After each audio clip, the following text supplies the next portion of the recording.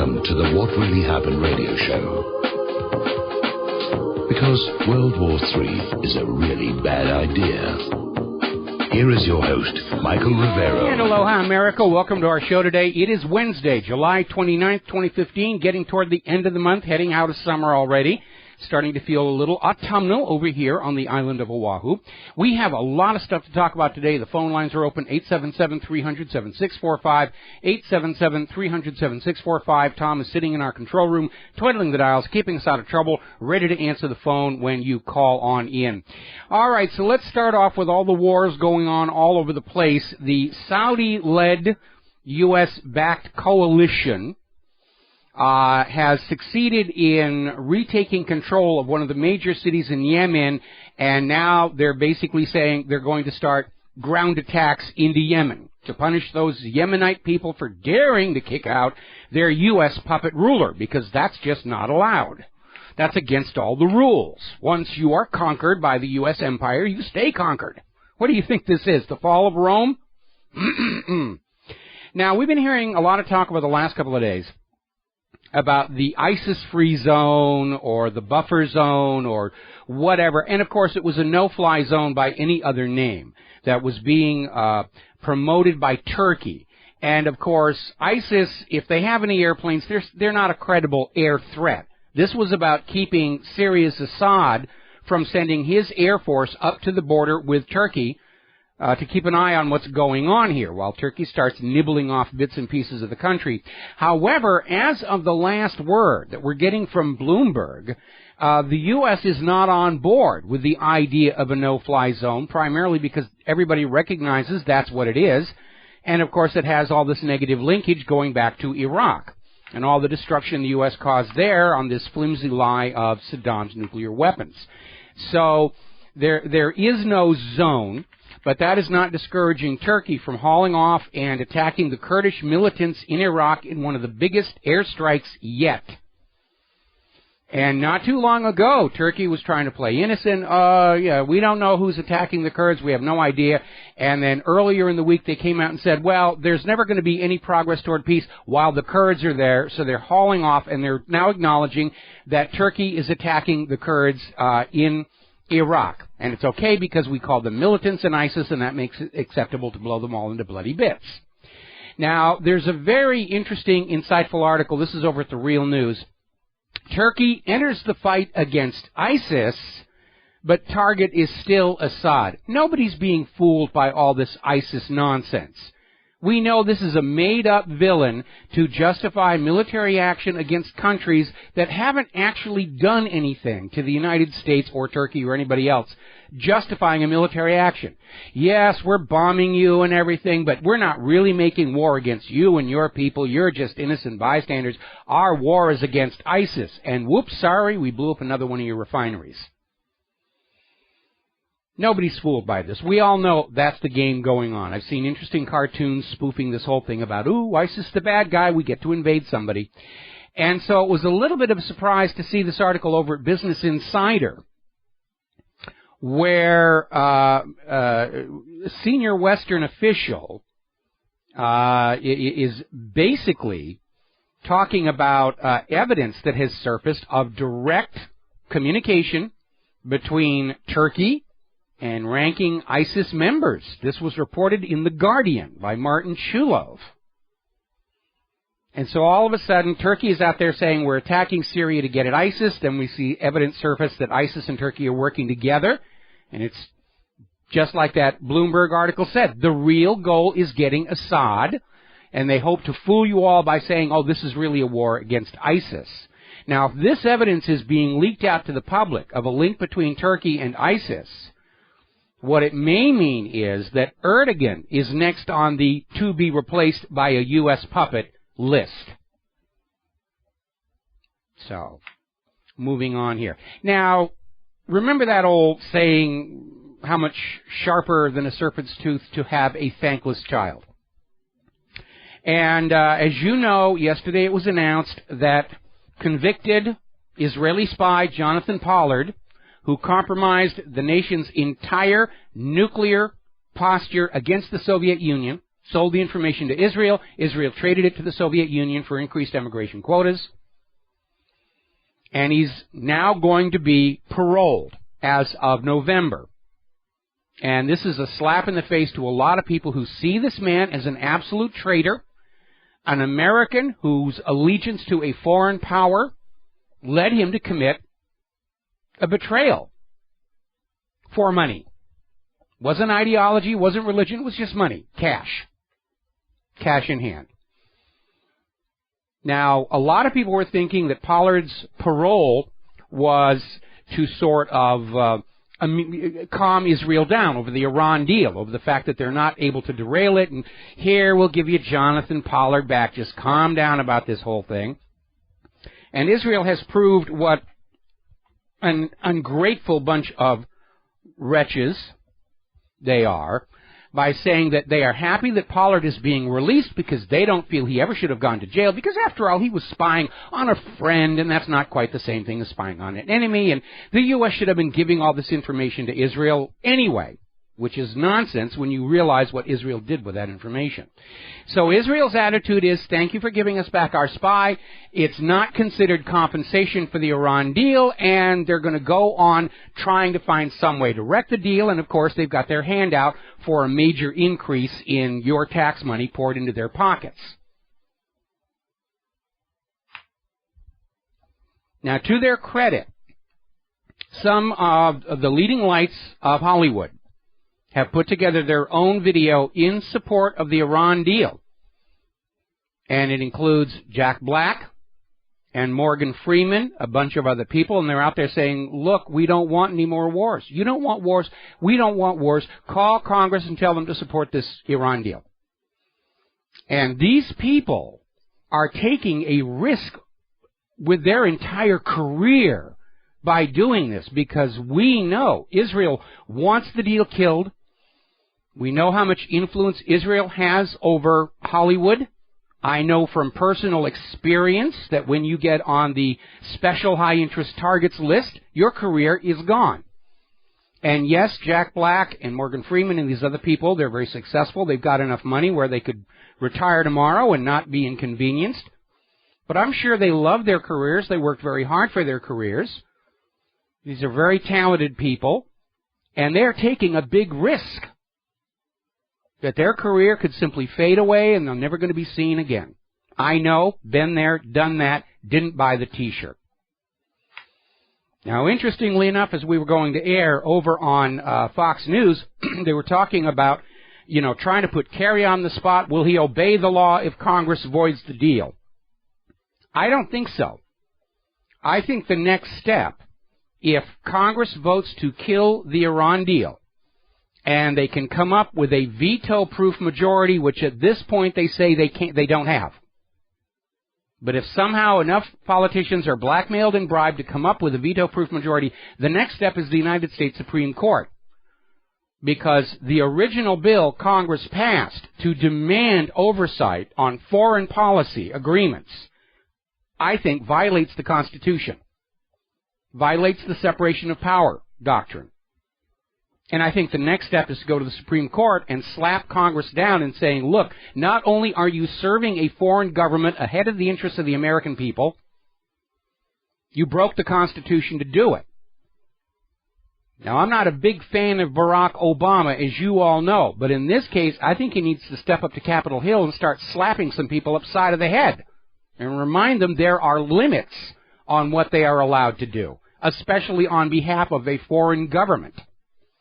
I think a lot of those Israel Firster members of Congress ought to be in prison right alongside Jonathan Pollard and Bernie Madoff with the loot because of their loyalty to a foreign power ahead of our own nation. We'll be right back. Aloha, America. Welcome back to our show here. Now, over in Europe, Latvia is now starting negotiations with the United States government regarding the deployment of heavy military equipment to the Adazi base. The U.S. is sending all this weaponry all over Europe. They're getting ready for the big one with Russia. Going to go on out and rattle those sabers and try and bluff Russia down. It's not working so far, by the way, I might add. Now, interesting developments are starting to happen centered on Ukraine. Poroshenko has just made a request for 1,240 Javelin anti-tank missile systems, rockets and the launchers. He wants them for free, of course. Not going to pay for them because he's out of money. Ukraine is on the edge of its own default there. But he wants all of these Javelin missiles. Now, there's a very bizarre story that came out over at Sputnik News, and when I first saw it, my reaction was, this can't be. And the headline was, U.S., EU give up Ukraine to seek Russian political support. Now, the story that is under the headline is that the U.S. and the EU are sending diplomatic messages to Russia that they're going to drop their support for Poroshenko in exchange for Russia ignoring what's going on in Syria and Iran, ostensibly because of Iran's threat of nuclear weapons to the region. Now, this is coming out of the Atlantic magazine. Now, if this is true, this is an act of desperation by the United States and the European Union to try and break out of the logjam of all these wars they're stuck in. They're overextended. They're fighting on too many fronts. They're running out of supplies, running out of men, running out of moral authority. Their own populations do not support all the military action. Now, the United States and the European Union, they know Iran does not have nuclear weapons any more than Saddam Hussein did. They know that Iran is not building nuclear weapons. They know that Iran is not an aggressor nation. Putin knows it too. And Putin knows the real goal for the United States is to take economic control of Iran's oil and everybody else along the way, which threatens Russia's economic strategic independence. So Russia's not going to be all that hot to go along with this. The United States and the European Union have to know this deal to give Russia Ukraine is probably a non-starter. And Putin would be correct to see this as a sign that the U.S. and the EU know they can't maintain the current military actions in so many nations at the same time. They're trying to pull out of one, or maybe two. And Russia's not going to go along with that. Because Russia stated early on, when all this nonsense began, Putin said, Russia's strategy is going to be to sit back, let the U.S. get tangled up in all these wars, and get worn down by attrition, and collapse like they did during Vietnam. And that's what Putin's going to do. The fact that the U.S. and EU are even floating this deal is a red warning flag that they're holding on to their current military operations by the fingernails. They're running out of ammunition. They're running out of equipment. They're spread way too far. And by the way, that was a major contributing factor to the downfall of the Roman Empire, especially after they lost those 3 legions up in Germania. They didn't have enough legions to police their empire, and the outer provinces started breaking off and going their own way, and that's exactly what's happening to the United States. Now, over in Greece, their economy has gone into total collapse, which is reminding everybody that Tsipras and Syriza were wrong to reverse their policy and go along with the money junkies. Greece's economy is down to the barter level right now. People are just trading goods and services directly. They're not even bothering with the paper notes anymore. They can't get them out of the bank. This is the first time since the Nazi occupation that the people of Greece have had to get by on barter systems. Now, even Christine Lagarde, the head of the IMF, the one who's out there saying, oh, it doesn't matter how the debt was created, even if your government messed up and committed criminal actions, the debt is sacrosanct, the debt is holy, and you will pay it. Well, she's changing her tune, because now she's saying that the only thing that is going to save Greece and the European Union as a whole is significant debt relief. In other words, just writing it off. Say, all right, we're never going to get this money anyway, let's just take it off the books, which is true. Because under that private central bank system, there is no money in existence to cover that debt because the debt is always larger than the available money supply. That is the slave trap built into this system. And Lagarde is basically out there saying, oh, it's time for a modern-day jubilee. We're just going to write off some of the debts here to restart the system. Meanwhile, Tsipras has issued what's called an early election warning in Greece. They haven't scheduled it, but they're saying it might be necessary. Yeah, I think so, because after Tsipras and Syriza's betrayal of the Greek people, I think they're ready for getting somebody else in there who will keep the promises they made. Meanwhile, the money junkies are saying, well, maybe we could try a 12th marble or a 13th marble. Yeah, that'll work a little while. We'll get that going here. Now, interestingly enough, over in Russia, their central bank, which is still privately owned, but now under government control, which is why Putin got put on the U.S. Special High Interest Targets list. Their central bank has stopped currency purchases from foreign currency.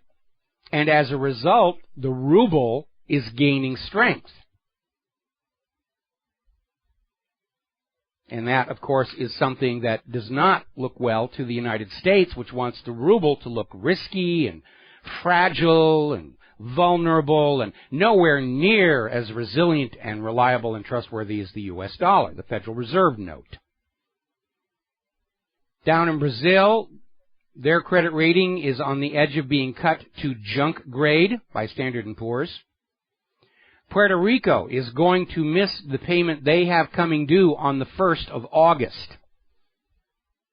And it's already been announced there will be no bailout.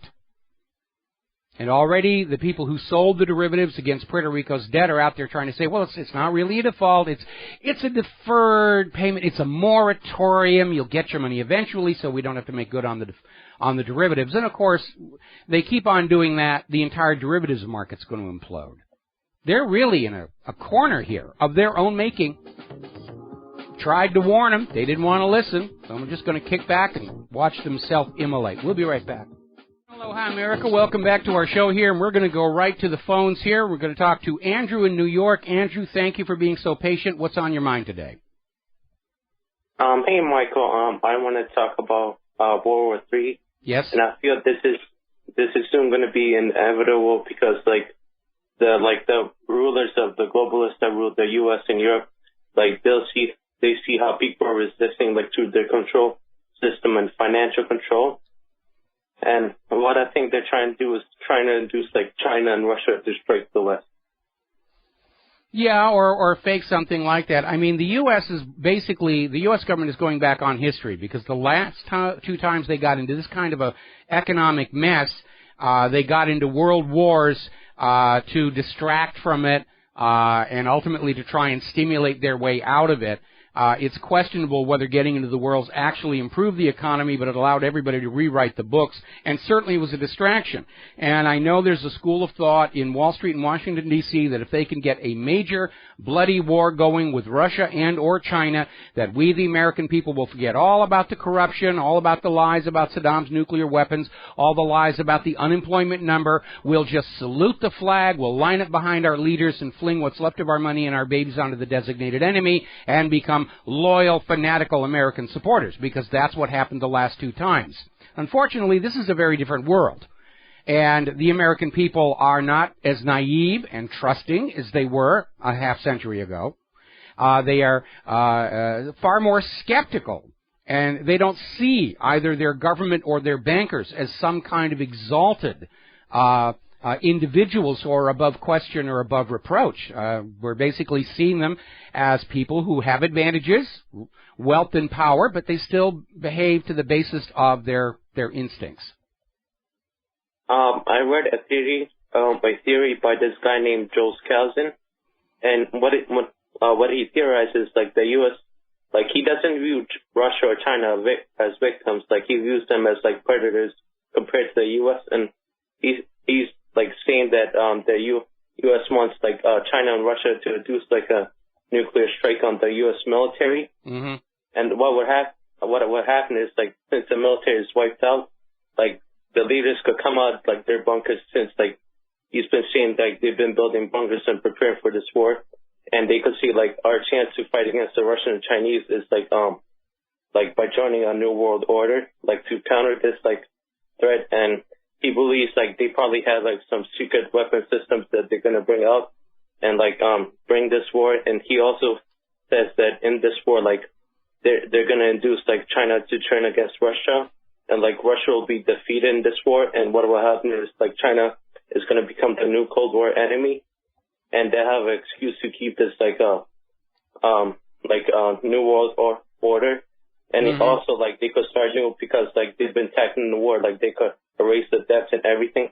I'm just saying what he says. Like I'll send you an article he wrote about this if you want to. Well, it's certainly one way it could play out, and again, a lot of what he's saying was forecast by George Orwell in 1984, where their society was in a permanent state of war, and the war was never meant to be won, only perpetuated.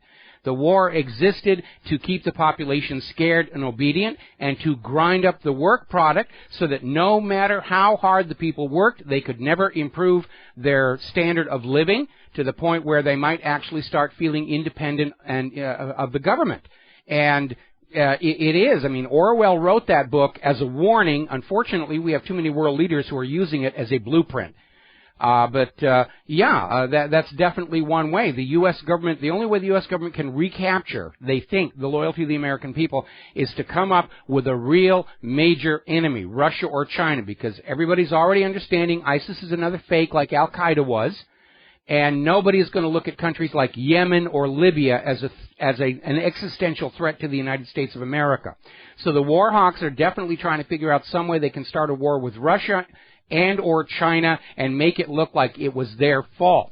But I'm sure Russia and China learned from Japan's mistake at Pearl Harbor and from Hitler's mistake in Poland, and they're just not going to let themselves get trapped and lured into doing something the U.S. can say, oh, we must go off to war. I'll send you the article to read like about his theory, but he says like China and Russia each want to run like their own version of New World Order. That's how he used.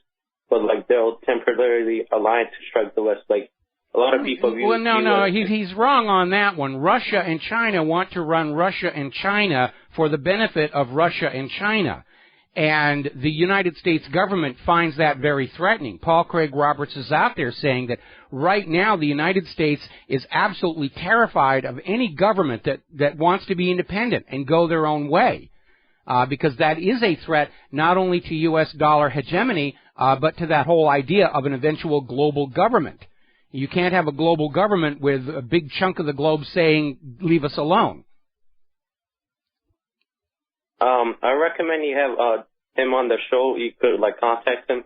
So I'll send you an article to read about it. It's like a pretty long article if you like to read it. All right, yeah, go ahead and send that in and I'll take a look at it. Thank you very much for the phone call, Andrew. We're going to let you go. Getting on back to the economic news. We were talking about Puerto Rico, which is absolutely in default. They're expected to miss the August 1st bond payment they're supposed to make. They're going to default. The people who sold the derivatives won't call it that. They'll call it a shrunk or a FISBIN or something else to get out of the derivatives payment. But that's what's going to be happening. The vulture funds are already lining up to demand austerity measures from Puerto Rico. Good luck on that one. Those people are already starving. There's nothing left for them to give you. There's nothing there that is worth the bother of repossessing. It's Puerto Rico. There's some tourist attractions, a lot of rum, and a really big radio telescope, but that's it. The bottom of the barrel has been reached. The vultures are pulling their claws back, and there's nothing but wood chips in there. Still the grasping goes on. I must have more. I must have more. I have to have more zeros after my name than this other guy over here. All right, let's talk a little bit about Obamacare.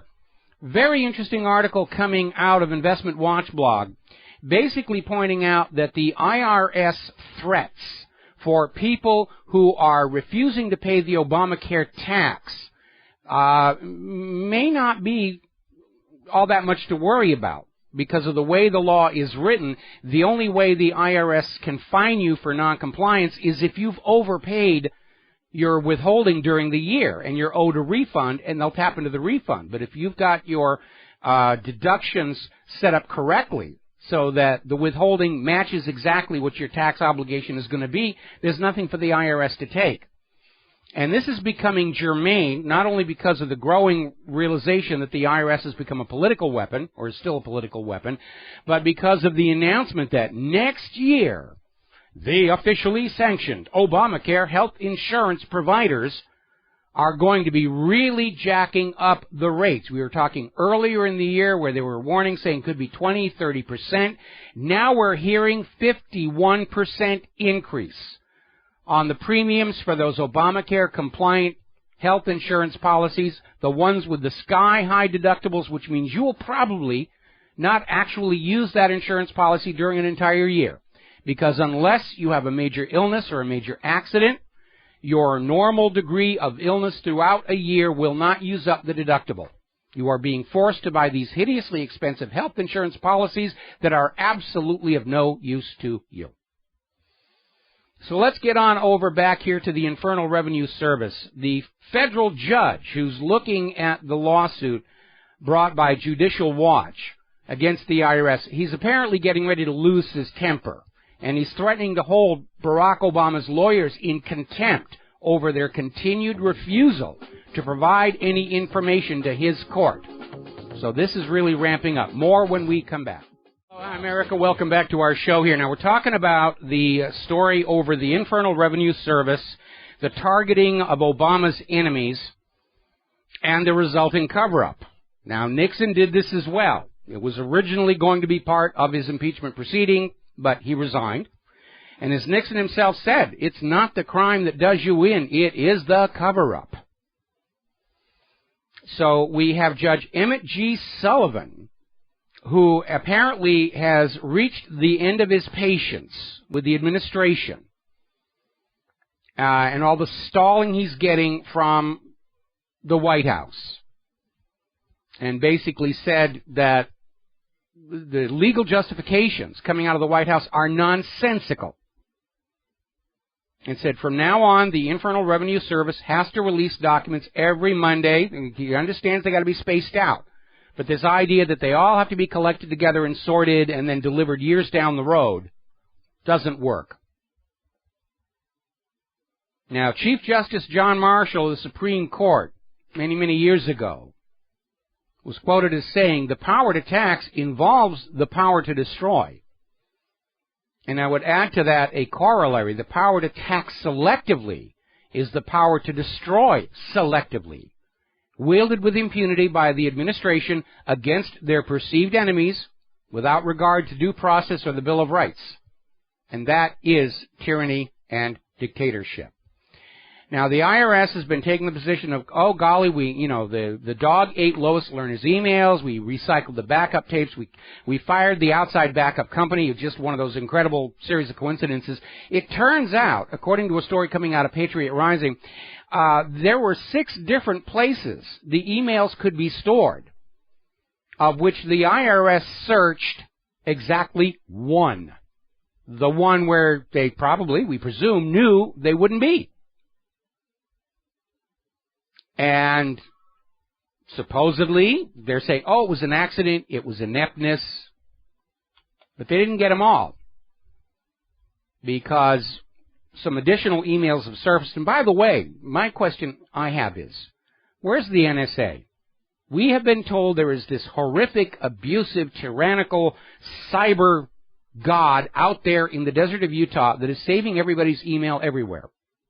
Why don't they have Lois Lerner's emails? Why don't they have Hillary Rodham Clinton's emails? Are they as corrupt as the rest of the government, or just inept? And I would not rule out both. The two are not mutually exclusive. Anyway, looking at a story over here in Washington Times, some of the newly recovered Lois Lerner's emails show that the IRS knew what they were doing was wrong, and they did try to cover up the targeting of Obama's enemies. At one point, they initiated an inquiry against one of these people petitioning for nonprofit status as a very callous move to delay them complaining to Congress. So here we have active confirmation that the IRS knew what they were doing was wrong. They were using delaying, stalling tactics. Remember, politics is perception. Doesn't matter what the lawyers argue in court. The American people are beginning to see the true nature of what's going on inside Washington, D.C. And we have a statement from Judicial Watch itself, basically talking about confirmation in the latest emails. The IRS knew what they were doing was wrong, and they tried to cover it up. Now, speaking of emails and speaking of Hillary Clinton, it is now coming out that there is a gap in the emails that Hillary has surrendered to the congressional investigation into what happened to Libya. Remember, turned out Hillary had her own private email server. She printed out paper copies of emails that she said were germane to the investigation, and she put them on paper so they couldn't be digitally searched, sent them over to Congress, and then destroyed her email server. End of story. Well, the congressional investigation has been having a lot of people, a lot of interns, reading through the emails, and one thing that has emerged, there is a huge gap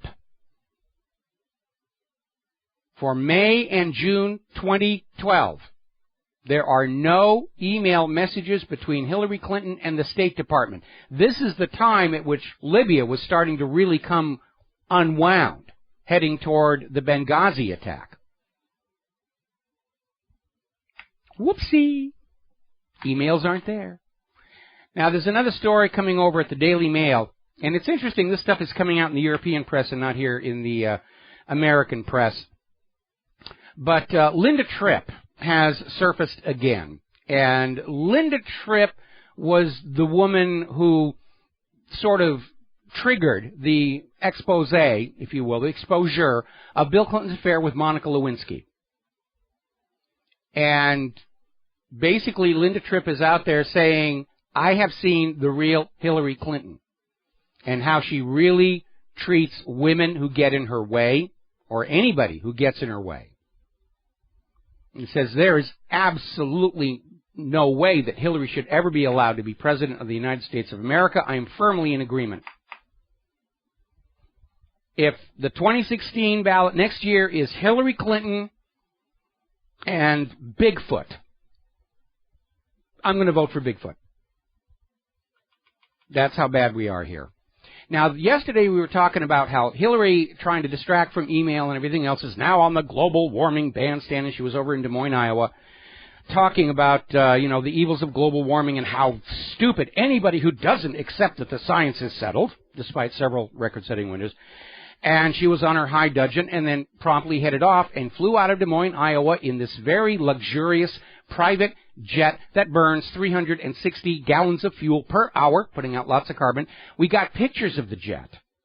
They're posted, or they're linked to the front of WhatReallyHappened.com. This is not your ordinary little lease commuter jet. This is a luxurious private corporate jet with crystal stemware and mirrors and couches and everything. This from a woman who's out there trying to convince us that she's just ordinary America. And we've got this other story here where Hillary, after going out to the town meetings to say that she understands ordinary Americans, apparently the Secret Service had to block off part of Bergdorf Goodman's Fifth Avenue store so that Hillary could get a $600 haircut at this very exclusive salon. $600 for a haircut. I paid $100 for my first car. If I have to pay more than $25 for my haircut, I think I'm being cheated. It's the same hair. Whether it's a $20 haircut or a $600 hair, it's the same hair. It's black, it's going gray. Deal with it. Now, little surprising event happened in the House of Representatives. For the first time in 105 years, a member of the House of Representatives filed a motion Tuesday to vacate the chair of the House Speaker, John Boehner, accusing Boehner of trying to consolidate power in his own hands and centralize decision-making by passing the majority of the House of Representatives and the people they represent. Of course Boehner's been doing that. That's what Israel told him to do, okay? And so now Representative Mark Meadows, Republican of North Carolina, has filed the motion. It's not likely to go anywhere because the committee that has to look at it is filled with Boehner's henchmen. But it is significant that he did it. Boehner is looking at a revolt within his own house, within his own party. And there are some people in the Congress who are starting to show a little tiny bit of spine, which can be a lethal illness in Washington, D.C. Now, every time we have a president who's ending their second term, we always hear this wistful talk about, oh, if only I could run again. And apparently while Obama was over there in Kenya talking about gay rights to a nation of people living on $2 a day, which shows how out of touch he is, and he sort of gone on to this thing about, you know, I'm a pretty popular president. I could win a third term. Wrong on both counts, Barry. And there is that little stickler of the 22nd Amendment. He's not allowed to run again unless he can succeed in getting the Constitution suspended because of race riots across the country or some such nonsense. But it does worry me that he is talking about it. But then again, all presidents in their wind down of the second term, they talk about it. They don't want to give up the perks, the hot and cold running interns, power, prestige, media coverage. I guess it's addicting. We'll be right back after our top of the hour news.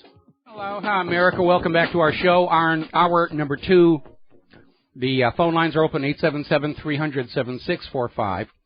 Now, we're still seeing the aftermath of this whole Planned Parenthood scandal, and I spent a little time this morning looking into it a little more deeply. The supporters of Planned Parenthood are out there screaming that this is an attack on feminism and it's an attack on women's right to choose. It's trying to limit women's health choices, and they're throwing up this huge dust cloud about what's going on. So, let's get back to the core of the issue. Planned Parenthood has been exposed through a series of multiple videotapes, harvesting and distributing human body parts of aborted babies. This is morally repulsive under anybody's guidance, whether you support abortion or not. And in the spirit of full disclosure, let me tell you where I'm coming from on this. I acknowledge there are times when abortion is necessary. Okay?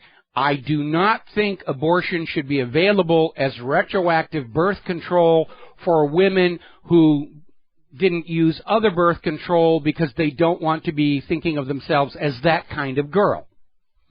You know, I'm a good little girl. I don't engage in sex. I don't need to have things with me. And then they get caught. Oh, no problem. I'll just get an abortion. I have a problem with that. I don't think that you can arbitrarily pick a point in the development cycle where here it's not human and here it is human. Oh, we know it doesn't feel pain here. How can you know? How can you tell? None of us remember being there. The trauma of birth pretty much blanks our memory out. I think it's a continuum. And I don't think anybody has a right to say that this or that is illegal. Now, here are the facts. Partial birth abortions are illegal under U.S. law. The videos show that Planned Parenthood uses partial birth abortions in order to maximize the harvest of fetal tissues. The Washington Post pointed out correctly, it is against U.S. law to alter the method of an abortion in order to harvest fetal tissue. And finally, the trafficking of fetal tissue itself is illegal. Planned Parenthood is trying to say, well, we're just donating it, and the companies getting it are donating back to us to cover costs. We're not making money off of it.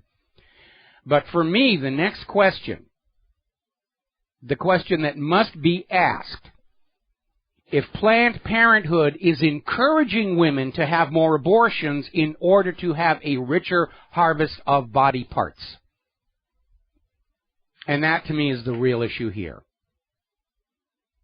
And it shows the utter callousness toward women, toward babies, toward humanity in general, from people who have the scalpels and things in their hands.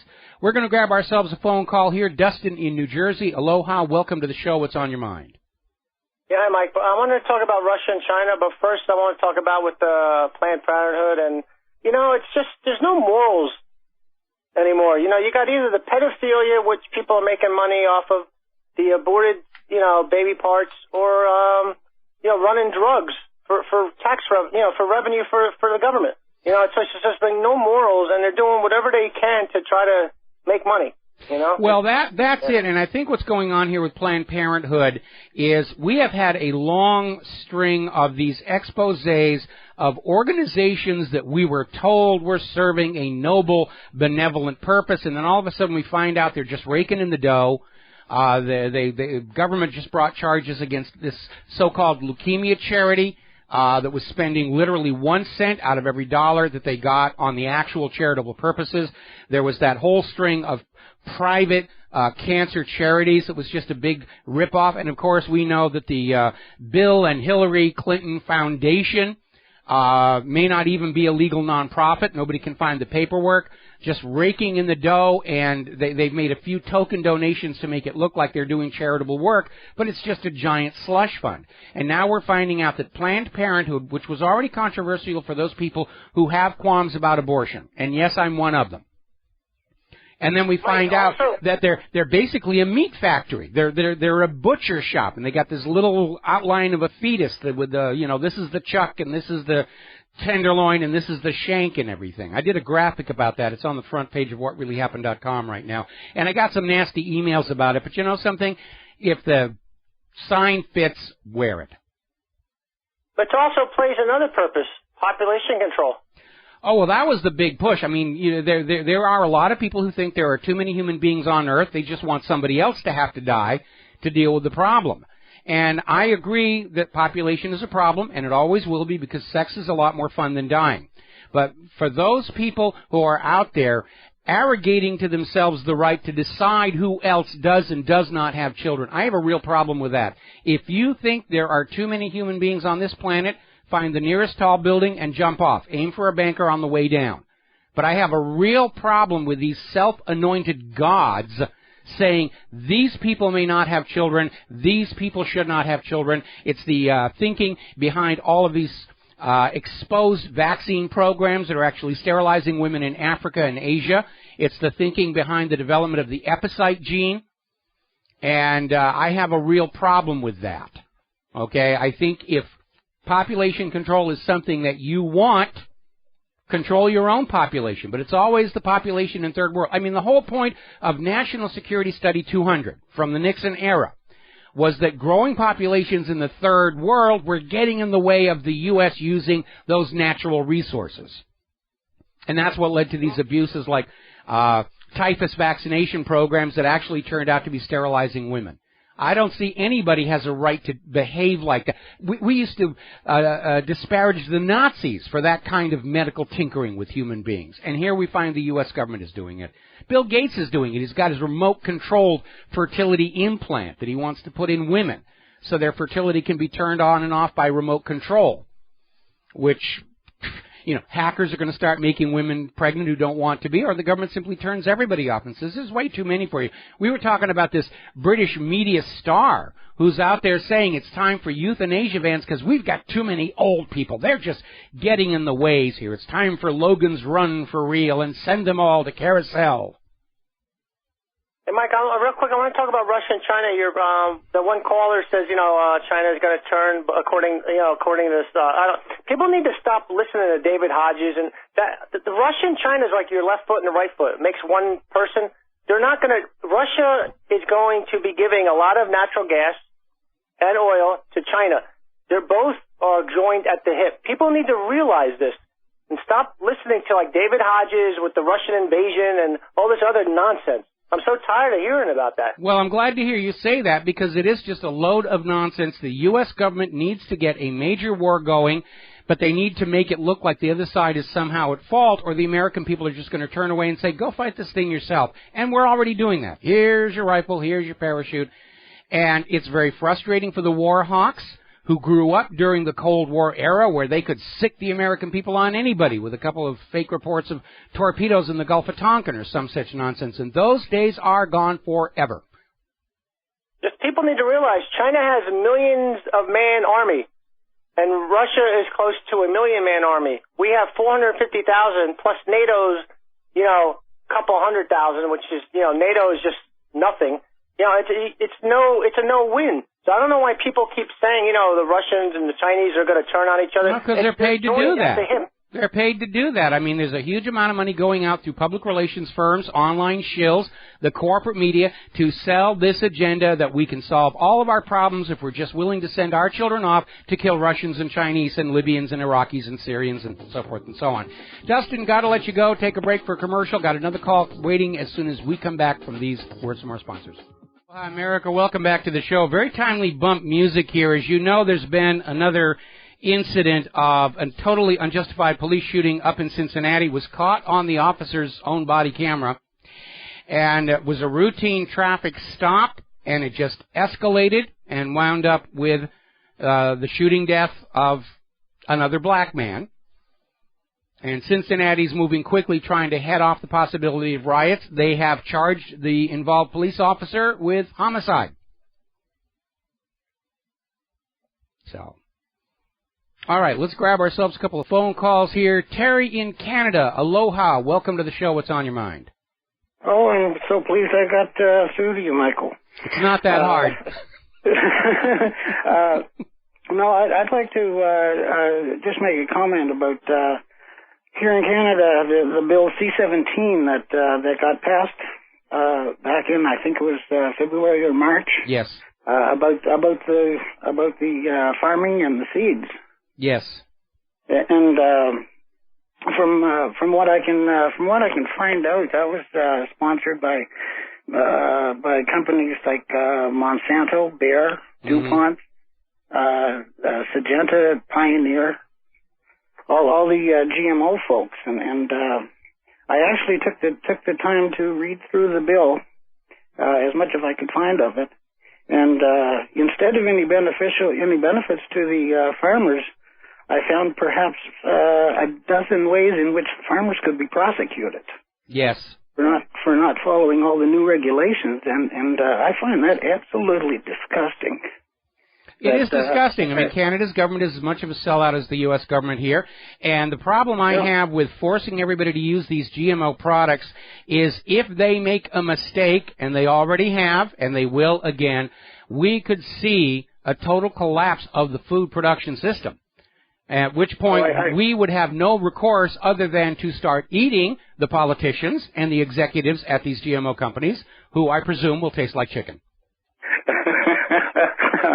I don't know. I might disagree with you on that case.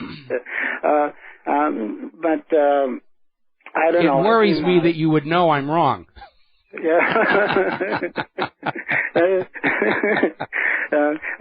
Since I started listening to you about a year and a half ago, I finally reached the point where, man, I gotta give you a call. Okay. Well, I'm glad you called and got through. Is there anything else you want to talk about?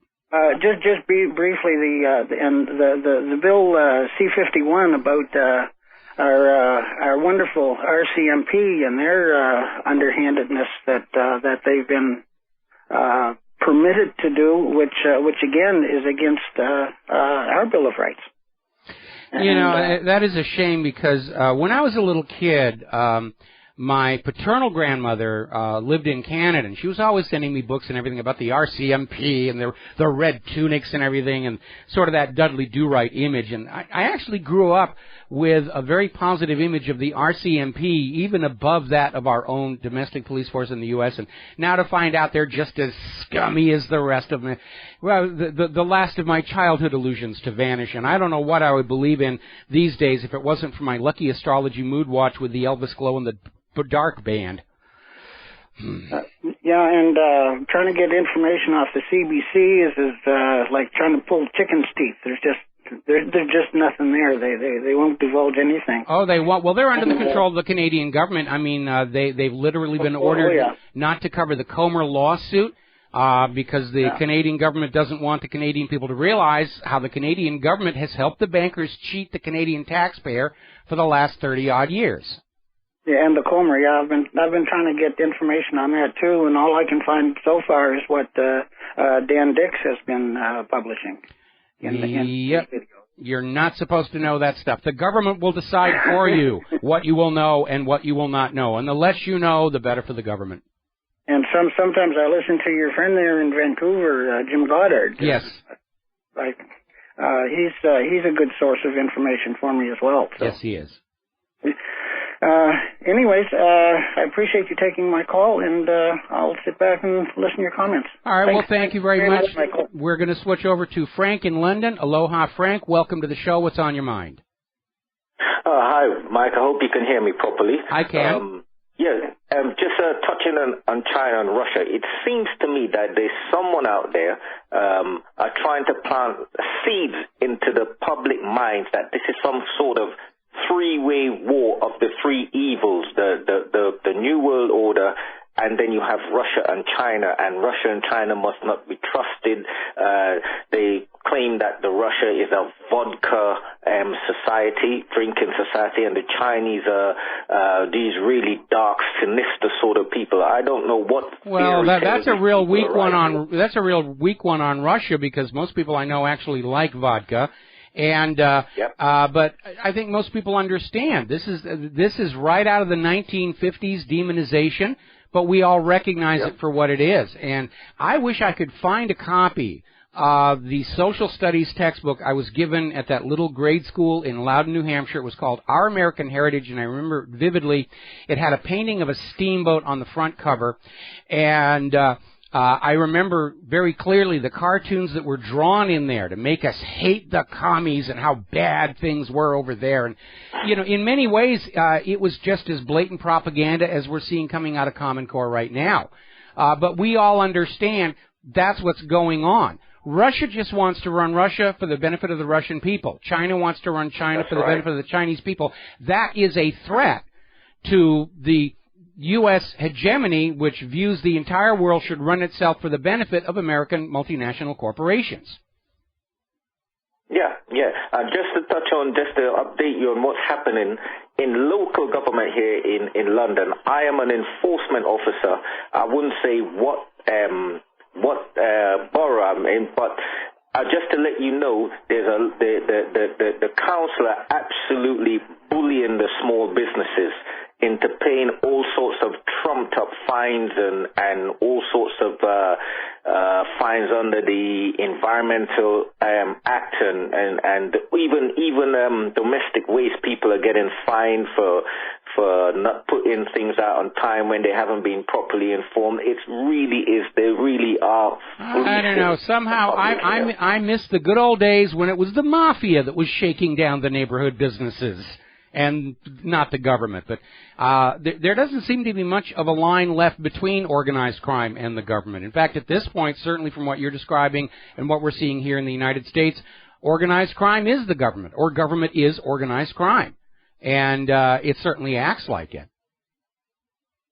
Okay, Mike. Thank you very much for accepting my call. All right. Thank you very much, Frank. We're going to let you go here. We've got to take another break for commercials. We'll be back with... I think it's Tony in Ohio after these few words from our sponsors. Hi, America. Welcome back to the show. We're going to go right to the phones here. This is Lonnie in Ohio. Lonnie, welcome to the show. What's on your mind? How are you doing today, Michael? I'm doing okay for a Wednesday, I suppose. Yes, sir. And actually, I'm calling because I have an issue with the stats of the blacks committing more violence against whites, and more than, vice versa, I guess. I wonder when these stats were when they started these stats, and who put those stats together. Because from 17 whatever to like 1965, blacks had to go through one of the most violent periods for any race. And then after Lonnie, yes, honest question. Were you alive in the 1700s? Not at all. No, me neither. How about if both of us look at what's going on in the 21st century? Here and now, before, Well, you didn't let me finish, though. Well, it sounds to me like you're one of these people who thinks that we should be making our decisions today based on something that happened a century ago. And I deny responsibility for anything that happened before I was born. And actually, for that matter, before I was 10 years old.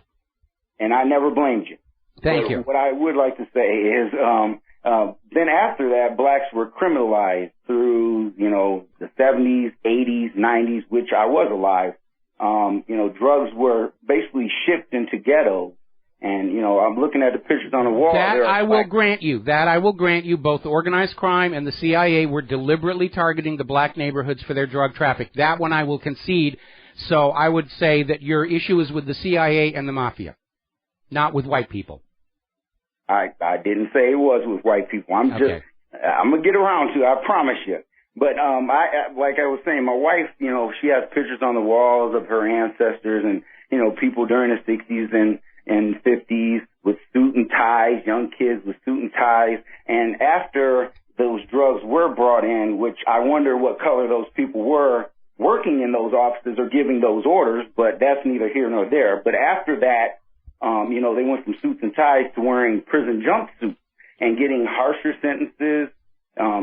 Through those efforts, that broke up a lot of black families and it harmed generations. And right now, we're talking about reverse racism and skewed stats. I would say if you don't want to take any ownership, which you don't deserve to take any ownership of what occurred in the past, I don't understand why, now we have to look at it like, what are we building this reverse racism on? Or these skewed stats? Who are taking these stats? And on that gentleman's, on your point about that gentleman, it escalated, the situation escalated. I don't feel it escalated. I watched the video and I'm very upset right now by watching that video. The gentleman that was shot was very calm. And then at the end, the cop tried to open his door. The gentleman closed it and then tried to start his car. Before his car engine could pop on, he was shot in the head. And it just angers me and enrages me. I don't think and also I didn't tell you, Michael, I'm half white. My mom's completely white. I'm half black as well. All right. Well, Lonnie, you're kind of all over the place here. I need you to sum up. What is the point you're trying to make here? The point I'm trying to make is that I listen to your show and I listen to Alex Jones, and that statistic about blacks committing more violence against whites, I believe that is a skewed statistic, and you can skew any statistic. And I just don't like the fact that you educated gentlemen bring that up. You can definitely defend yourself because it was not you as a particular, I'm not even sure your origin because you look kind of Hawaiian to me. Maybe that's because you've just been in Hawaii so long, but, it's not you yourself. But there are, just like there are black people that committed violence against white people, there are white people that commit violence against black people, and the numbers are skewed, though. So I think the coverage is skewed, and let me back up here a little bit. The point I was making before was right now our American corporate media is obsessed when a white police officer or a white person commits a crime against a black, but generally turns a blind eye when it's the other direction. And I think the reason for that is they're trying to take what is clearly an out-of-control police abuse issue and recast it as racism. There's definitely a desire to fan up race hate and race tension in this country to get blacks and whites arguing with each other so we're not united against the true cause of all of our problems, which is Washington, D.C. and Wall Street. And the U.S. government has a long history of doing this. If you go back and you look at the history of COINTELPRO in the 1960s, the FBI went out and committed acts designed to get black people and white people angry with each other so they wouldn't unite in the common cause of ending the war in Vietnam.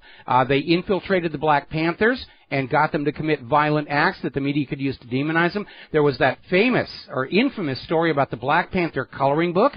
And very clearly we're seeing that again today where the politicians are taking this issue of out-of-control police brutality and they're trying to reframe it as a racial issue. And that's the reason we're always seeing stories about white police officers shooting black people. When we're seeing it the other way, it's buried down on page 47 underneath the astrology forecast. Okay. Well, I completely agree with you, but the issue is that through their propaganda of pushing that, they have you and Alex Jones, very smart individuals, pushing the other side and it's almost like you don't notice it. You know, we can use these skewed facts to push against what they're saying against, you know, white people. Well, first of all, Lonnie, you're coming from a position of believing the numbers are skewed, but you haven't actually supported that. I've come from a position of saying it is demonstrable there is a media bias. Okay, but you know, it seems to me that you have something that you want to believe is true, and you're looking for confirmation. Well, you've got your own confirmation bias going in there.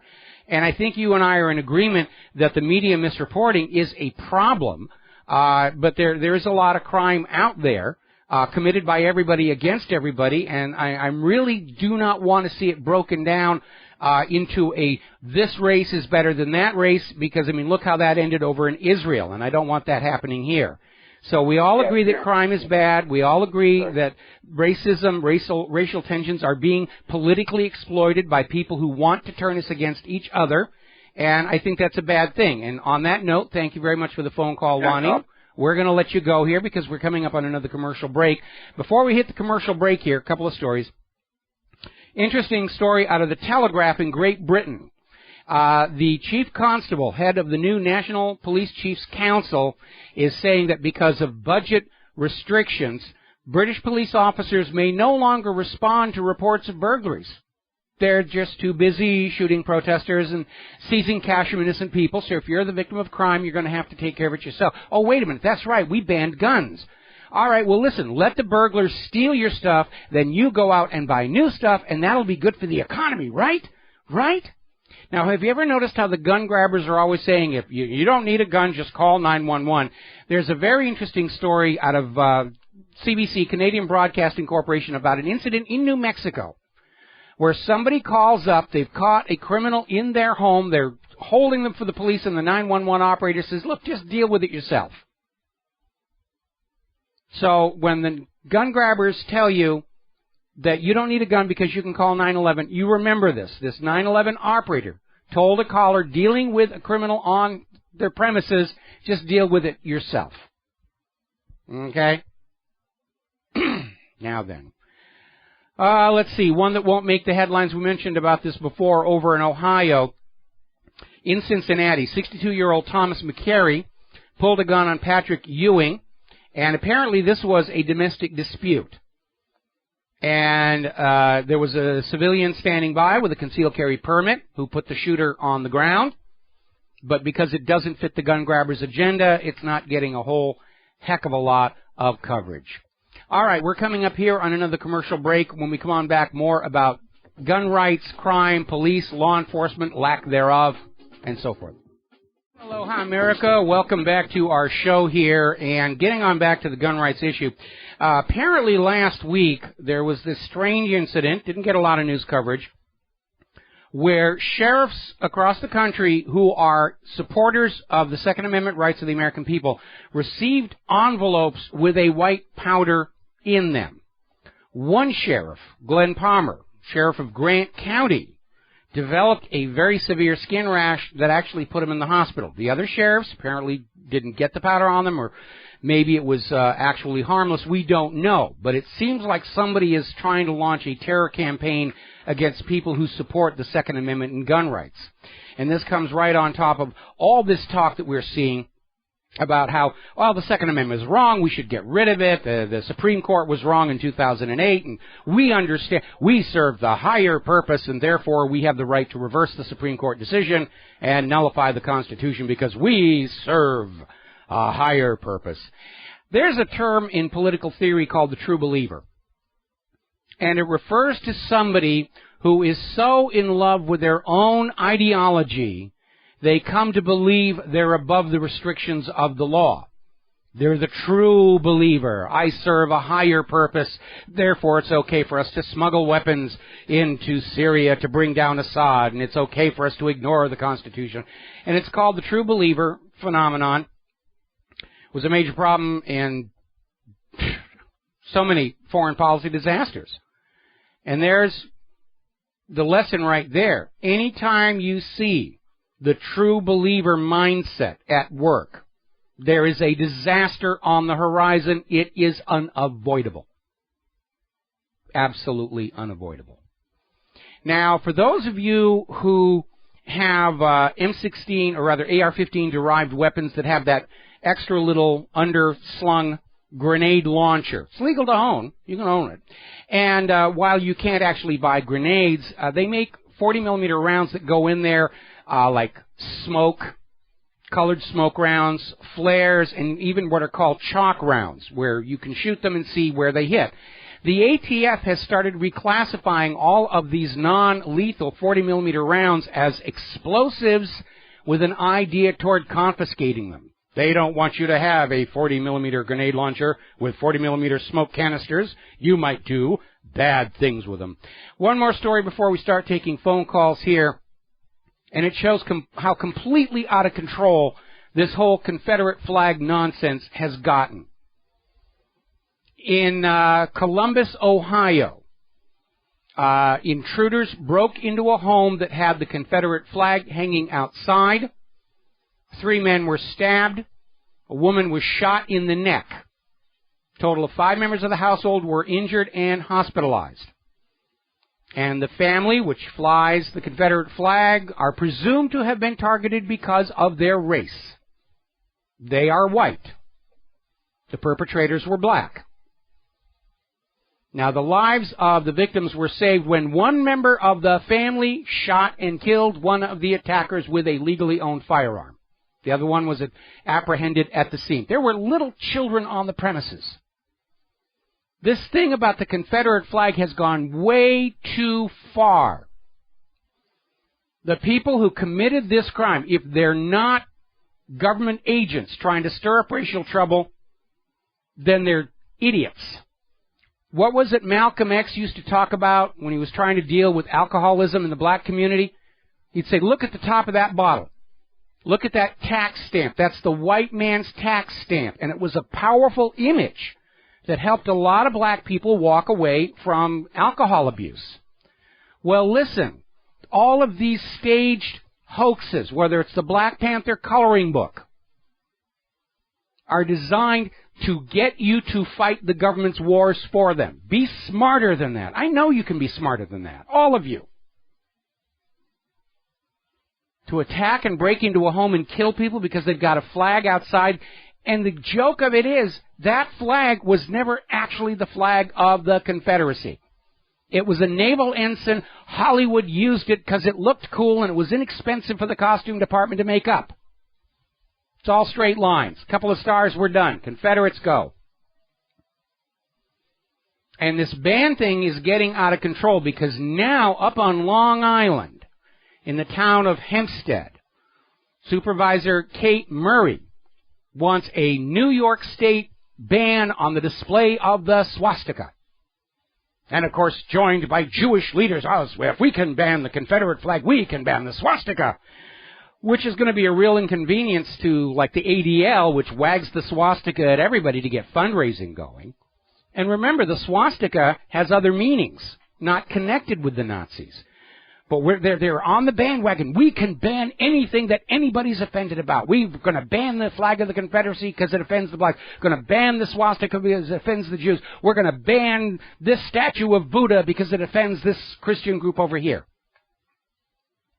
We're going into the book-burning phase of our history, just like the Nazis did. All right, going to take some phone calls here. Donnie in California. Aloha, welcome to the show. What's on your mind? Donnie, are you there? Yes, can you hear me? Yes, I can hear you now. What's on your mind? Okay, I just want to, actually, I called about gold. I want to say something about gold, if you don't mind. I know it's kind of off topic. No, that's okay. Go ahead and talk about gold. Okay, cool. To me, personally, I don't think gold is going to be worth much when you live in a place where a lot of people maybe collect assistance from the government and just don't know a good know-how about gold. What good is gold going to do when someone doesn't have water or food? They're not going to be willing to trade you a gold bar or ammunition or water or anything. I just think that what you should, instead of spending them, so people who don't have a lot of money, instead of spending that money on some gold at the time, I would say ammunition, food, and water. Would you not agree?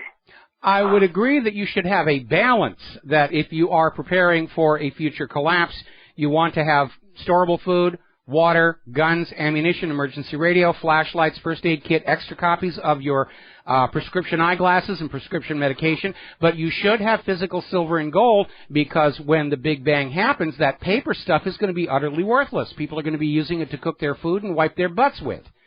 And silver and gold are recognized stores of value. Now, having a giant bar, I agree that's inconvenient, but a really good way to invest in silver is to go on out and hunt down what is called junk silver coinage. These are the pre-1965 U.S. coins that had silver content but do not have collector's value, because that's a recognized unit of value that everybody's going to say, oh, yeah, that's whatever, and we'll start doing the commerce with that. I disagree with you. I think the more gold that we all have serves two purposes. It puts control of our wealth in our own hands. And second, we know that the Federal Reserve of New York, J.P. Morgan, Bank of France, Bank of England have been playing fast and loose with other people's gold bullion.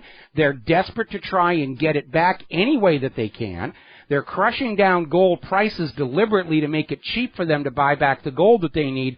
But if we all buy and hang on to gold and they can't get it to cover the gold that they misused, there's going to be a gold run on those banks and they're going to come crashing down. And that's a good reason for us all to have a lot of gold, just to keep it out of the hands of the money junkies. Right. But do you think the average person would actually know how to barter a piece of gold for something they had, like soap? I'm sure they'll figure it out. Okay, thank you very much. We're going to let you go here. I got one more call before the news break. Labar in New York, aloha. Welcome to the show. What's on your mind? Hey, thanks for taking my call, Mike. I just wanted your opinion. What do you think about that new Baphomet statue that they unveiled in Detroit? I think, with regard to Satan, anybody who can maintain the imposing position of spiritual head of 3/4 of the human race and political head of the whole of it is overdue for some recognition. So I think it's time that he got himself a statue. Thank you very much for the phone call. Everybody's trying to make a big stink about this thing. One more story about this banning situation. Up at the University of New Hampshire, this is the live free or die state. They are now banning the use of the word American to describe the citizens of the United States because it offends people from South America. Can you see how out of control this ban stuff is already getting? We can't even use the A word anymore. It's politically incorrect. Okay, we're going to be taking a break here for our top of the hour news. When we come on back, talking about health issues, catching up on the other odd headlines that are coming through as we pay attention to all the nonsense going around in the world. We'll be right back. And aloha, America. Welcome back to the show here. Hour number 3. The phone lines are open, 877-300-7645. Fox News is going on about this push in Congress to defund Planned Parenthood, and they're out there reassuring everybody that what they're going to do is divert the money into other areas of supporting women's health. How about just putting the money to support the health of all Americans without regard to gender? We have another case here of trying to end discrimination by having reverse discrimination. And it really is ridiculous. They're trying to get us divided against each other. By the way, following on that horrible shooting in Cincinnati, somebody actually posted an ad on Craigslist calling for blacks to start shooting police officers and burning the police stations. Folks, this reeks of COINTELPRO. Right now, our government is trying to find some way that they can regain control over us, and the only way they can do that is divide and conquer. They did it back in the 1960s. COINTELPRO turned blacks against the whites. They went out there doing deliberate provocative actions to get blacks and whites angry with each other, screaming at each other, and not paying attention to what the government was doing. Attacked the early feminists the same way. The Native American movement, and it's certainly the anti-Vietnam protesters. We're seeing exactly the same tactics being used all over. This government would love for there to be a big racial upheaval in this country, blacks against the whites, riots in multiple cities, because then they could declare a national emergency, martial law, suspend the Constitution, temporarily, of course, and move forward. So to all my brothers out there, black, white, red, green, plaid, peach, taupe, mauve, don't be stupid. Don't fall for Washington, D.C.'s dirty tricks. Because that's how they control you. Dirty tricks. And by the way, it's not in the Constitution the government is allowed to play dirty tricks on you. Just a little something to keep in mind. Interesting news coming up regarding Donald Trump and Jeb Bush. Latest poll has Donald Trump beating Jeb Bush by 6 points. Doesn't sound like all that much until you realize this poll is in Florida. Donald Trump is beating Jeb Bush by 6 points in the state of Florida. Okay. Now, in case you just missed it, the FDA has issued warnings on a bunch of prescription and over-the-counter drugs that are very big sellers in the United States of America. And by the way, when you go on out and you're talking about the dangers of vaccines and side effects of various things, and the supporters of those products will say, there's absolutely no evidence that vaccines lead to autism or this drug will lead to death. What you need to do is get the package insert. You can ask the pharmacist for it. It's the little piece of paper printed in microscopically fine print that is inside the box that the original medication came from the factory before it's counted out into the little bottle. And the FDA requires there to be things on that paper about its possible harm. And you will see that autism is listed as a potential side effect of most modern vaccine medications. Other medications will include death as an unfortunate side effect of the medication. So, yeah, it's out there. Now, the FDA, which I guess is trying to look like they're finally doing their job going into an election year, is strengthening existing warnings in prescription drug medications and over-the-counter regarding non-steroidal anti-inflammatory drugs, NSAIDs. Apparently, they're now acknowledging can increase the chance of a heart attack or a stroke, both of which can be fatal. And these side effects can occur within the first few weeks of using these NSAIDs. And the risk increases the longer you use them. That includes ibuprofen, which, by the way, you should never take with alcohol. That causes your liver to shut down. We had a friend who almost died from that one here. Now, even the U.S. government, this is from the antimedia.org, a new study from the government's own statistics shows that the products put out by the big pharmaceutical companies kill more people than all of the illegal drugs combined. Deaths relating to pharmaceutical drugs ran 23,000 last year. We're not talking suicides. We're talking people who were taking the recommended daily dose of the medication, developed an adverse reaction, and died. 23,000. And that's the largest portion of drug-related deaths in the country. It certainly overshadows deliberate suicide and abuse and the illegal street drugs. But these drugs are good, and the street drugs are bad. Now, there's been a lot of attention focused on this recent series of, shall we say, non-orthodox medical practitioners who are disappearing and dying. Now, these are medical doctors. They're licensed. They've got a degree. They've got medical practices. Their personal philosophy tends to be away from solving everything with something that comes in a prescription bottle. They're into nutrition, just taking good care of your health, building up your immune system. And all of a sudden there's been a whole bunch of deaths, and people are wondering, what's going on? Is it because these doctors were all questioning the orthodoxy of vaccines? And it turns out there is a common thread among all of these recently deceased physicians. And it has to do with a chemical called GC-MAF. And it turns out all of these doctors had formed a loose professional association to research this drug, which apparently shows tremendous promise as an outright cancer cure. Not just another treatment, an absolute cure. It interferes with an enzyme specific to tumor tissue kills it off, has no other side effects to the body. This would be a huge threat to the existing cancer industrial complex, which is $100 billion a year business. And it makes that kind of money because once you are diagnosed with cancer, you are theirs forever, as long as you shall live. Because you have to go back month after month after month for treatment after treatment after treatment, have to go to the doctor to get a note, to go to the pharmacy to get a bottle of pills, month after month after month. Nobody out there is really looking for a cure for anything, whether it's cancer or AIDS or HIV or anything.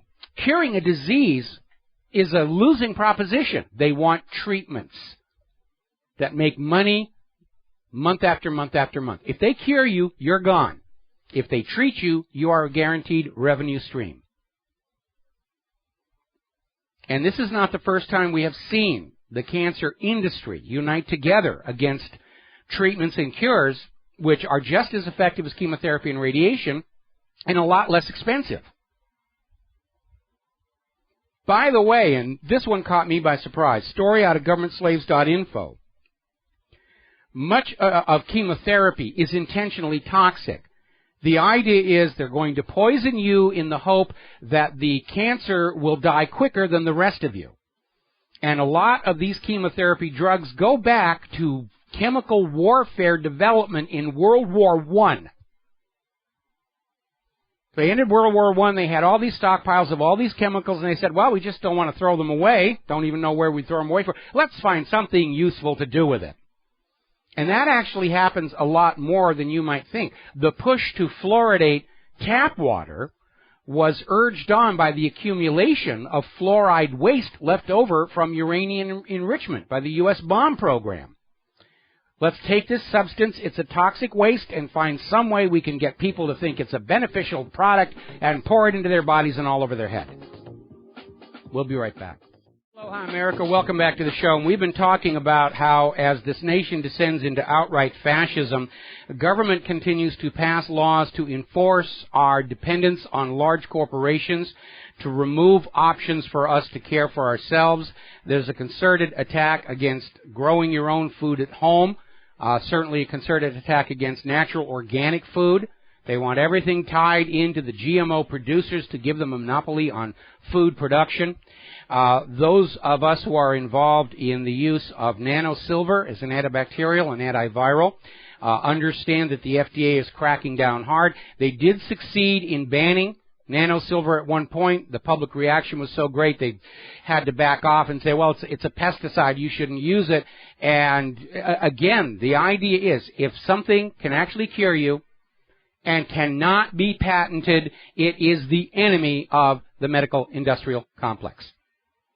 And as it turns out, there's nothing new in this. I was a little surprised to find out about this. This is a story over topinfopost.com.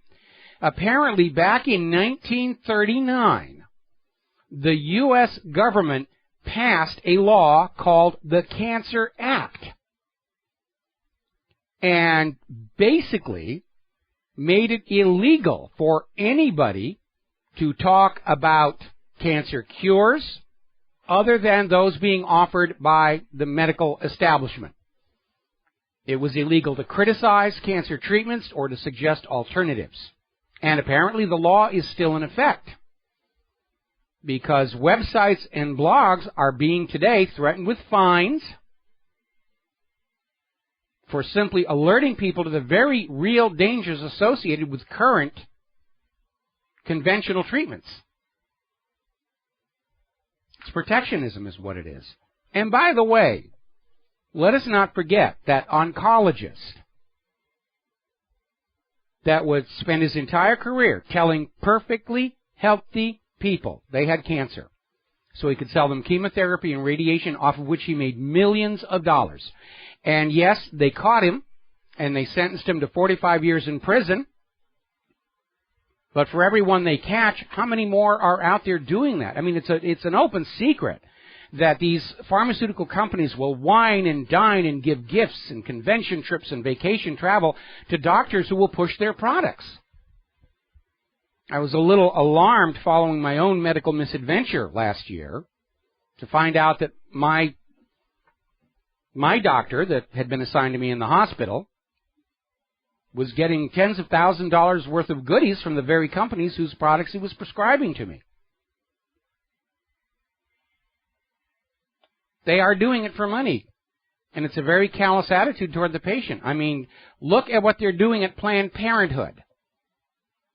I mean, TV and movie tries to teach us that doctors are these saintly human beings that would never do anything wrong. Our health and our care is the top thing on their mind, but then look how much money they're dragging in.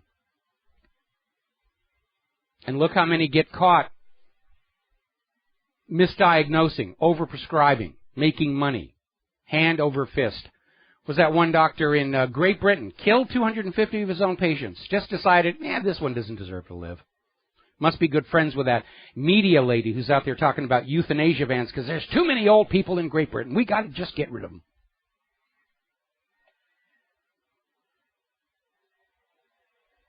There's a very callous disregard for human life in several segments of our society, including the supporters of Planned Parenthood. And it isn't just that they're pushing the idea that abortion should be available, which I'm not really arguing with under certain circumstances, but the idea that it should just be on demand, that we should have no sympathy whatsoever for the aborted fetus, and certainly no concern for what the father or husband of the woman involved might have to say about it. It's all for women's rights and women's health, and you men, you should just shut up and go away. That's your punishment for centuries of patriarchy. It really is out of control, I think, a little bit here. Here's another story. This came out of Investment Watch blog over in Great Britain. The National Health Services bosses were paid by the drug companies to use their products. There's an undercover investigation found that some NHS staff were being paid £15,000 to organize these little advisory board meetings where the drug companies could come on in and pitch their product. The implication here being that what the NHS is prescribing to the British people isn't necessarily what's best for them, but what's most profitable. It's amazing. All right, we're going to grab another phone call here. Mark in Texas. Aloha, Mark. Welcome to the show. What's on your mind? Hey, how you doing, Mike?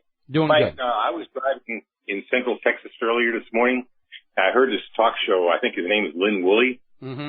And some guy calls up and says, he agrees with Lynn that he was very concerned about the selling of the body parts and the murdering of these babies, Mm-hmm. And he's an abortion mill at Planned Parenthood. But he says, then why do you have these commercials, these vaccine commercials on your channel? He says, I don't go into conspiracy theories, and hung up the phone. I didn't call him, okay? He gave out his number. I called him, and I says, well, what about Monsanto and the way they pushed on the Dark Act? And he says, that's conspiracy theory again. Hangs up the phone. But this is the kind of the mainstream talk show hosts. I don't know if they're stupid or whether it's because they're being paid off. Yeah, they're very well paid. They're very well. Look at Brian Williams. The guy got caught lying, and he got hired back at $8 million a year to go on lying to the American people. And yeah, people in the corporate media, the message has come down loud and clear, especially since the Fox News synthetic bovine growth hormone lawsuit, which said corporate media has a legal right to order their people to lie and to fire them if they refuse. That's the message. The people who are being well paid to be on those cameras and microphones know that they just read the teleprompter and they put out what they're told to put out, and they will get to keep their very cushy, well-paid jobs and go home and drink themselves into sleep every night.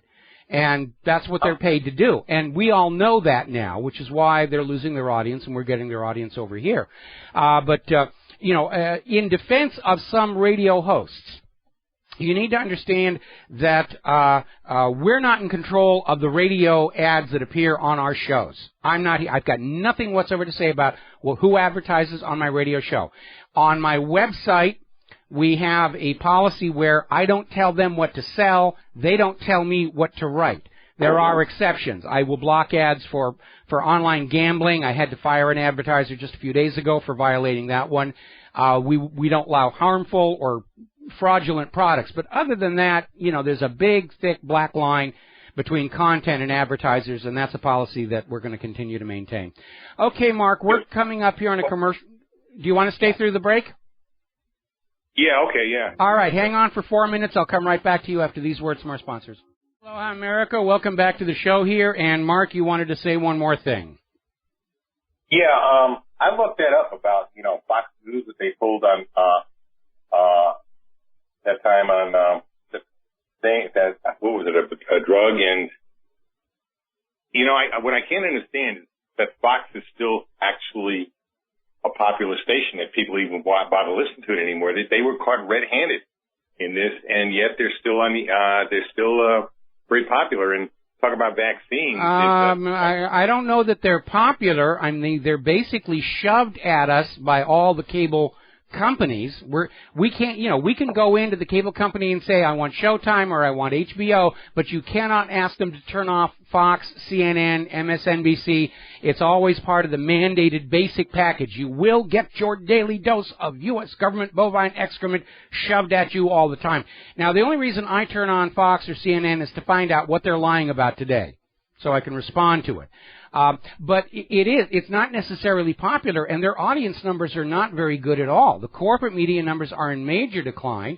They're bleeding red ink, but they're still being financially propped up because that is virtually the only weapon government and corporations have to try and keep us all bamboozled. It's failing miserably, but there's not much else they can do about it.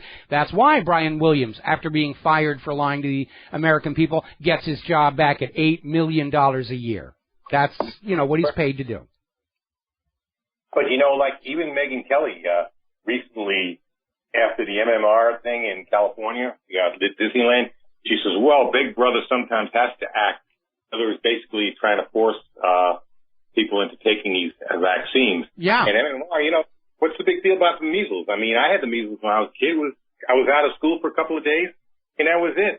You don't have to take this poison for that. And on top of that, Fox News keeps on pushing all these pharmaceuticals and stuff like that. The only thing I watch it for the same reason as you. I want to see what they're lying to me about. I get most of my actual news on TV. When I do watch TV news, I get most of it now from RT. I get a lot more from RT than I get from anything this country offers. It's unfortunate, but that seems to be the case.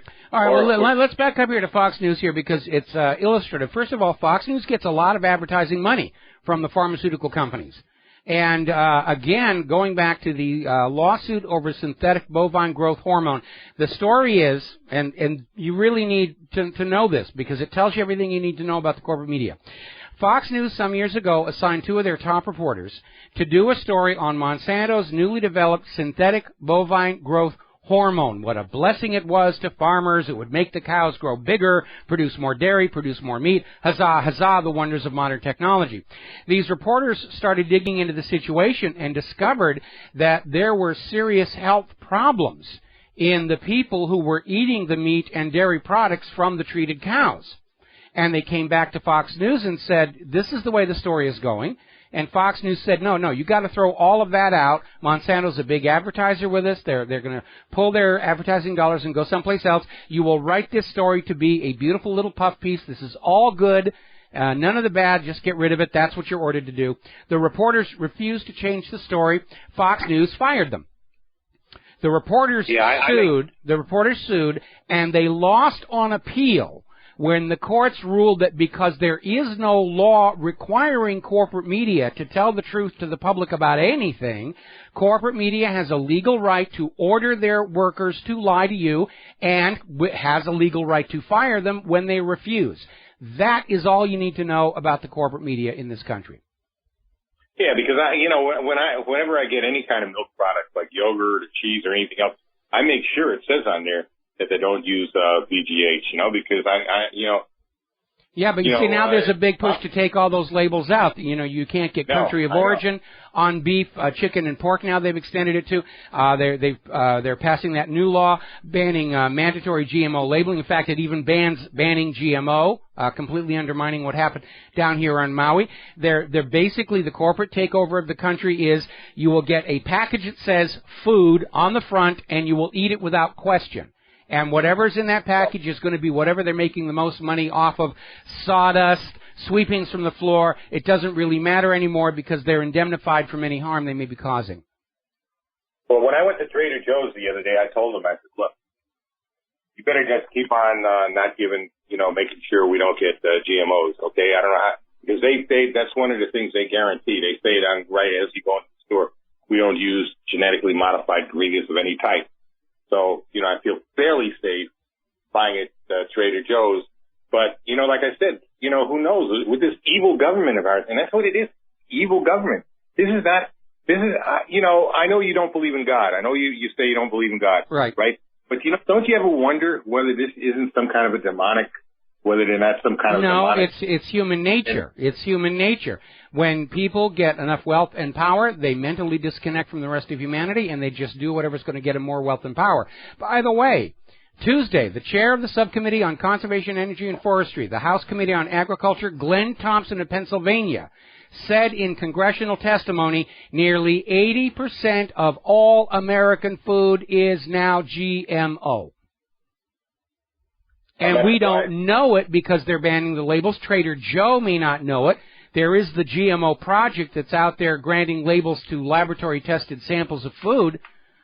But the big money, the big push is on the, you don't need to know what's in there. GMOs are the new too-big-to-fail system. How can you ever question GMOs? And it's, we've already seen indications of major mistakes.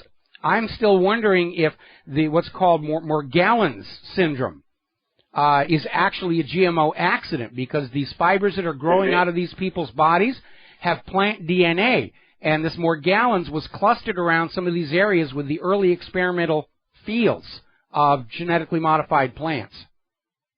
Mike, don't you honestly really ever ask yourself, though, is this demonic? Are these really people, or are these some kind of, or maybe like David Icke said, maybe some kind of reptilian mix? I cannot believe people can be this evil. I can. I've seen it up close and personal. I have seen it up close. Yes, people can be that bad. And I know hang on, let me finish. We're almost to the commercial break. I want to make a point here. For those of us who grow up being moral and careful and respectful of our fellow human beings, we sort of get into the habit of assuming everybody else is just like us. That is simply not true. There are people who, by virtue of their upbringing, money junkie parents will produce money junkie kids. People whose religion teaches them that they have that they are superior to everybody else will grow up with those attitudes, and you will see a lot of hereditary sociopathy going on here. And you don't need gods or demons to explain it. It is simply human behavior allowed to run unchecked in a society which unfortunately now incentivizes the worst of our possible behavior patterns: greed, the acquisition of property, power, and, the rewards go to the most ruthless, politically, chemically, economically, manufacturing, whatever. Okay? Okay, but these people are destroying their own lives too with this stuff. I mean, no, they're not. They're living wonderful, careful lives. They don't serve GMO in Monsanto's company cafeterias. They don't serve GMO at the White House. And I'm sure all of these people who are concerned about it, who are very wealthy, have their private food supplies already locked up. They're shoveling GMO at us because they make more money at it. They're not going to eat it themselves. Remember that sales rep from Monsanto was out there screaming that glyphosate is perfectly safe, and they handed him a glass and said, "Here, drink this." And he said, "I'm not stupid." And he walked away. They know what they're doing. Okay? And they know it's dangerous. One of the idiots working for Glenn Beck on his show there said he was going to drink. I think he actually did drink a glass of it. I think his name is Stu or something like this. He actually drank a glass of that garbage. Mm-hmm. Okay, so in other words, Beck is trying to basically saying that there's nothing wrong with GMO himself. Well, that's what they're paid to do. Anyway, Mark, I'm sorry, I got to cut you off. We got to take a break for commercials, and we'll be right back. Well, hi, America. Welcome back to our show. Last segment of the program today. And let's talk about human-caused global warming. It's become a tradition in the last part of our show. Up in Idaho, they've got a cold front sweeping down from Canada. We're already getting the Canadian Express coming down. And basically, record cold temperature, not an all-time record. Pocatello got 39-degree low. This is July, of course. And it broke the previous record of 43 set in 1993. The previous record, actually, this was an all-time record. 41 set in 2005, and the previous low for Burley was 46 set in 1963. So the cold weather is coming in. The Tetons are getting snow. Unseasonably cold weather. Now, the other day we were talking about Boston's giant snow pile left over from last winter, where they just got hammered with all the snow and they had to pile it all up, and it was just still sitting there as we got into July, and finally, mid-July, it melted away. Huzzah, huzzah, summer is here, the ice is gone. Well, turns out over in Buffalo, New York, their big giant snow pile from last winter is still there. And it's still big, it's still huge. Another month it's going to qualify as a glacier. Now, one of the former people involved with Greenpeace, Dr. Patrick Moore, was one of the original founders of Greenpeace. He left the organization because he got disgusted with its politicalization, being agenda-driven. Well, it got hijacked, by, among other people, the global warming movement. So now he's come out with a video that he produced in conjunction with Prager University talking about CO2, because one of the biggest big lies to come out from the carbon Nazis is that carbon dioxide is bad. Carbon dioxide is dangerous. The EPA has classified carbon dioxide as a pollutant, which tells you how stupid the EPA thinks you are. Carbon dioxide is an absolutely indispensable part of the chain of life on Earth. If all the carbon dioxide went away, life on Earth would vanish. Commercial greenhouses will intentionally add carbon dioxide to their interior atmosphere because it makes plants grow faster, taller, produce more saleable crop. More CO2 is a good thing, because the idea that it causes temperatures to rise has already been discredited. When Al Gore, in his mockumentary, Inconvenient Truth, showed the correlation between CO2 and temperature from the Arctic ice cores, he actually got it backwards. But the scale of his chart was so big, you didn't see it. But if you actually went in at the raw data and took a look, you'd see what was going on was temperature would rise first, then CO2 would increase, which would make sense. As the world gets warmer, life would blossom, there'd be more CO2. But Al Gore flipped it, so he could say carbon dioxide drives temperature, we have to buy and sell carbon credits, making Al Gore rich, which it did, and justify carbon taxes and controls on your life. The whole human-caused global warming agenda is a lie from beginning to end. Remember a couple of weeks ago where some scientists came out and said they're now convinced there are at least 4 solar activity cycles. The 11 and 22-year ones we're already familiar with, and there are 2 longer ones, and indications of even 2 beyond that. But the point of the story was that the low period in all of these cycles are going to line up over the next 10 years. And we will see a descent into a new mini ice age. And immediately all the carbon Nazis were out there screaming, no, this is nonsense. The sun has absolutely nothing to do with climate. It's all the fault of human beings. Okay, well, let's make the sun go away and see what happens to Earth's climate. It really is nonsense, but it's been a lie all along. Back on March 20th, 2000, UK Independent banner headline, snowfalls are now a thing of the past. And, of course, we've had several record-setting winters since then. Last summer, a year ago, was when Al Gore himself predicted the Arctic would be ice-free. And instead, we're dealing with rapidly increasing Arctic and Antarctic ice caps. And so now there's a new scientist out there saying, well, global warming is making the ice look like it's larger because it's thinner and more spread out due to stratification. And actually, in point of fact, those scientists actually going up to look at the Arctic ice cap rather than the wishful thinking in all the computer simulations are reporting that not only is the ice more widespread, it is much thicker. It's a lot thicker. This 115-day mission to study the melting Arctic ice cap on the Canadian Coast Guard icebreaker, the Amundsen, had to be canceled. They couldn't get through to where they wanted to get to, and the Amundsen had to be diverted over to Hudson's Bay because the commercial shipping routes are already starting to get closed off from the ice. It is going to be another brutal winter, which is good in one way because Hillary's already on the global warming bandwagon and saying, oh, all these people, refuse to accept the established scientific fact. Yeah, because scientists are no more honest than anybody else who's paid a buck to do what they're doing. That's exactly what's going on. It's the golden rule of science. Whoever's got the gold decides the science. We've all seen through our lifetimes, oh, this scientific report proves that a candy bar and a soda is good nutrition for your mid-morning break. It really has become a joke. Science has been hijacked. In the good old days, it was religion. The rulers would go to the priests and say, we need you to tell your churchgoers that we have to go declare war on the infidel over in the Holy Land.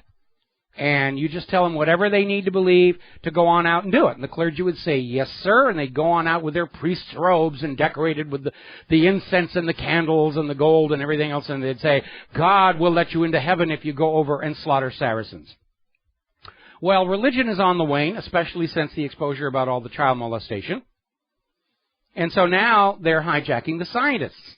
They'll get some guy, give him a bunch of money as funding, and say, go on out there in your very impressive white laboratory coat and tell the people to believe that humans are warming the planet. The sun's got nothing to do with it. They should pay carbon taxes and do as they're told. And the scientists, way too many of them, will take the money and say, yes, sir, I will do exactly as you say. Scientific method is an invaluable tool for determining truth and reality. Individual scientists are just as corruptible as individual clergy, individual politicians. And that is just a reality. You need to be your own best scientist, your own best analyst. Don't look at somebody in a priest's robe or a business suit or a white lab coat and let them think for you. Figure it out for yourself. You're all smart people. You all know how to find things out for yourself. You wouldn't be here if you didn't. I know you're smart enough to work all this stuff out. I know the biggest mistake that corporate media and government are making right now is assuming that you're all a bunch of morons who will believe that global warming means more snow and ice, that the unemployment rate is only 5.6%, that a soaring stock market is proof the economy is working for all Americans, that Russians are bad, that Chinese are bad, Libyans are bad, Iraqis are bad, Yemenites are bad, and we're good, we're superior, we're exceptional, and the deity sits up nights late to admire us all.